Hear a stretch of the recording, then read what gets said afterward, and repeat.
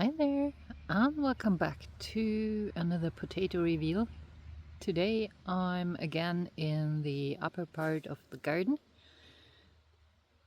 and I'm going to harvest Hilma, which is one of my own TPS seedlings that I regrow since a couple of years because I quite like it. The taste is really good and the color is just fun.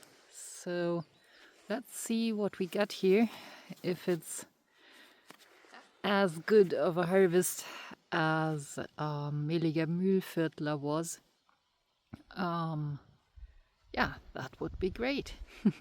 Let's see.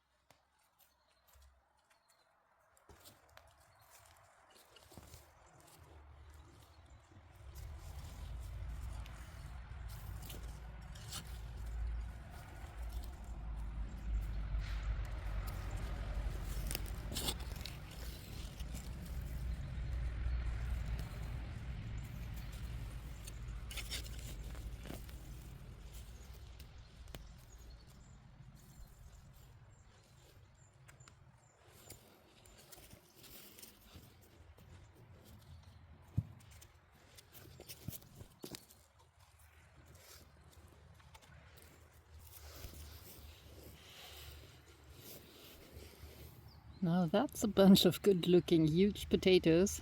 I think I was growing 2 plants less here than I grew in the other bed with the Mehle Gemütviertler. So, and yeah, the size here, it's not that many potatoes, but that's a good sized potato. And I just love the nice lavender colored skin on them. And yeah, funny shapes. It's one of those that make fun shaped potatoes every now and then. So some years it's more, some years it's less, but seems to be one of those years where it's fun shaped potatoes. I don't mind that. I think it's hilarious. So, but let's see what I can find with the second digging through with a spade.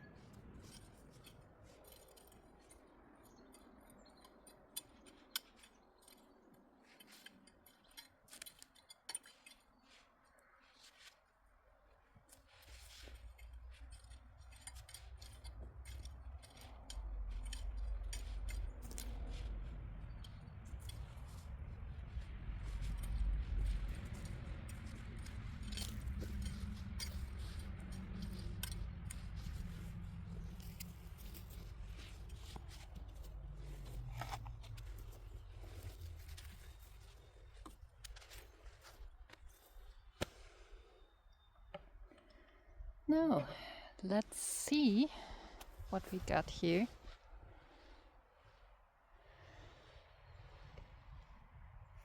And, yep, that's a good harvest for Hilma. There are quite large ones. I mean, look at that. That's a sizable potato. I just sliced a couple of them. I always feel that the long, narrow type of potatoes, the fingerling types, they slip through the fork more easily. And if it's not a huge one, you won't necessarily notice. So when you go through with the spade, you will inevitably find more of them. And I'm not sure if it's just me, but most times I can feel right when I'm slicing through a potato that the spade is hitting something that's not soil and not a rock. So most times I feel that there's something happening. And yeah, sometimes with the fork, I had one that I forked. So I sliced it between the fork, so it was like coming up in the fork, and I had trouble to loosen it. So that's one of those that are going to be eaten soon. Anything that's a weird shape that had the fork spearing it or the spade slicing it, anything that's damaged will go towards dinner. I will keep some smaller ones for seed potatoes, and the rest will be eaten through the winter. Another thing that this one is a salad potato. So I always have a feeling that salad potatoes are so, how can I say it, solid in their structure that the seed potatoes can be left for quite a long time.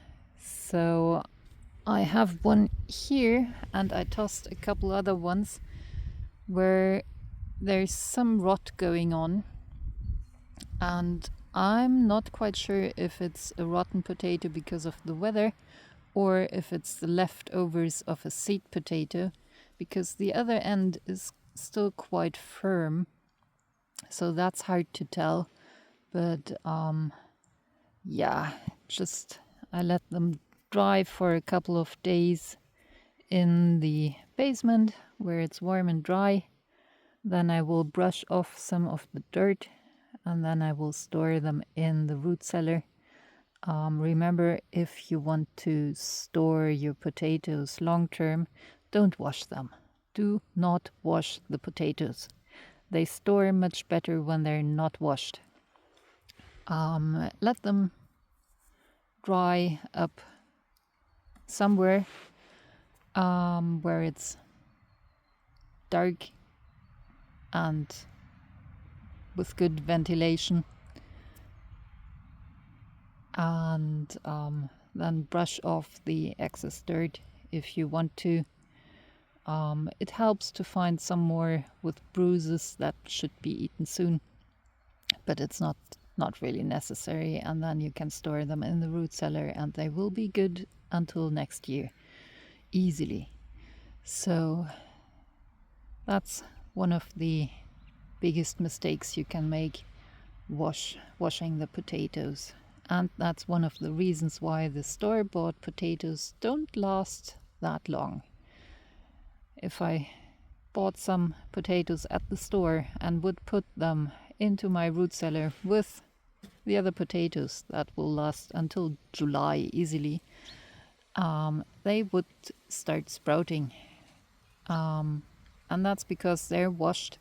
It's like people don't like buying dirty veg, so they get washed, and then people complain about that they don't last. Yeah.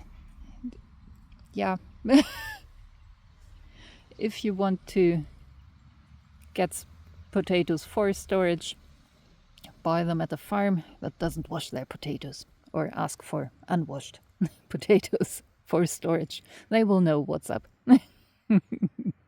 So, thanks for watching. Happy gardening, and see you next time. Bye.